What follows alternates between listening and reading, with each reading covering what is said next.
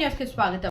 కామారెడ్డి జిల్లా బాన్సువాడ పట్టణంలో 23 కోట్లతో నూతనంగా నిర్మిస్తున్న junior civil judge court, first class magistrate court భవన నిర్మాణానికి హైకోర్టు జడ్జీలు justice J Srinivasa Rao, justice Alishetti Lakshminarayana భూమి పూజ చేశారు. తప్పు చేస్తేనే కోర్టుకు వెళ్తామనే భావన వదిలి దేవాలయంగా భావించి తమ సమస్యలు ఏమున్నా చట్ట పరిధిలో నేర్చుకోవడానికి వస్తున్నామని పవిత్ర ప్రదేశంగా భావించాలని అన్నారు. హైకోర్టు జడ్జి శ్రీనివాసరావు ప్రజలను సూచించారు. ఇక్కడ ఉన్న సబ్ కలెక్టర్, ఐఏఎస్ అధికారిని ఆదర్శంగా తీసుకొని విద్యార్థులు చదివి ఉన్నత స్థానానికి రావాలని తాను కోరుకుంటున్నట్లు తెలిపారు. విద్యార్థులు ఫోన్ వాడటం తగ్గించి సమాజం, దేశం గర్వించేలా ఉండాలని విద్యార్థులను సూచించారు. ఈ కార్యక్రమంలో ఈ కోర్టు పరిధిలో ఉన్న పెండింగ్ కేసులను జడ్జితో కలిసి త్వరగా పరిష్కరించేలా న్యాయవాదులు ప్రయత్నం చేయాలన్నారు. ఈ కార్యక్రమంలో sub collector Kiranmayi, Banswada judge tsp Bhargavi, DSP Satyanarayana, Banswada bar association అధ్యక్షుడు లక్ష్మీనారాయణ మూర్తితో పాటు న్యాయవాదులు హమీద్, ఖలీల్, మోహన్ రెడ్డి తదితరులు పాల్గొన్నారు.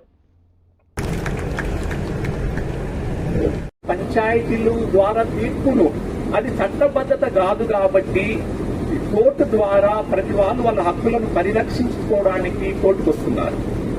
కాబట్టి ఈ కోర్టు అనేది ఒక ఏదో అంటే తప్పు చేస్తేనే కోర్టుకు వెళ్తున్నామనే భావన వదిలి ఇది దీన్ని ఒక దేవాలయంలో చూసుకొని మీకు ఏ ప్రాబ్లమ్స్ ఉన్నాయో ఆ ప్రాబ్లమ్స్ అన్నింటినీ కూడా చట్ట పరిధిలో నెరవేర్చుకోవడానికి లా ప్రకారము మీరొక హక్కును పొందడానికే వస్తున్నారని భావిస్తూ దీన్ని అందరం కూడా ఒక పవిత్ర ప్రదేశంగా భావిస్తూ దీన్ని మనమందరము కాపాడుకుందామని చెప్తూ ఇక్కడ స్కూల్ విద్యార్థులు వచ్చారు కాబట్టి వాళ్ళకు కూడా ఒక చిన్న 2 విషయాలు.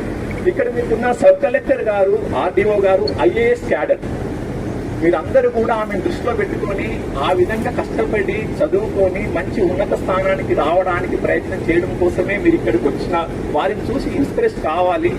బాగా అందరికి ఉన్న వాళ్ళందరూ కూడా చాలా ఈ స్థాయికి రావడానికి ఎన్నో కష్ట సుఖాలు ఉంటవి. ఫోన్ వాడకము తగ్గించి టైం చాలా ఫోన్ల ద్వారా కన్జ్యూమ్ అవుతుంది.